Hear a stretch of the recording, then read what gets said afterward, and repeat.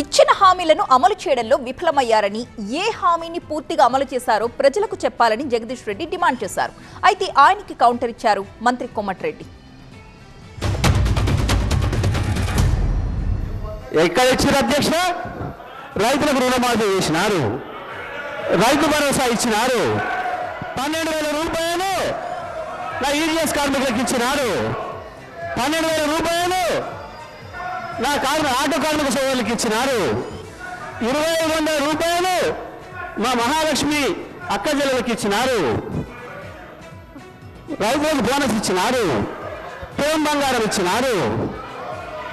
ఏది ఇచ్చిన అధ్యక్ష? నా విద్యార్థి సోదరులకు అధికారానికి వచ్చేటప్పటికి ఒక 10 లక్షల సార్లు దళితుని ముఖ్యమంత్రి చేయకపోతే నా మెడ మీద తల ఉన్నది వాళ్ళు.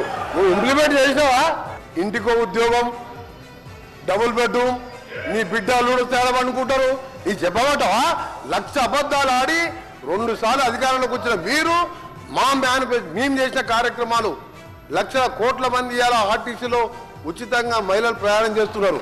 చూస్తలేవా?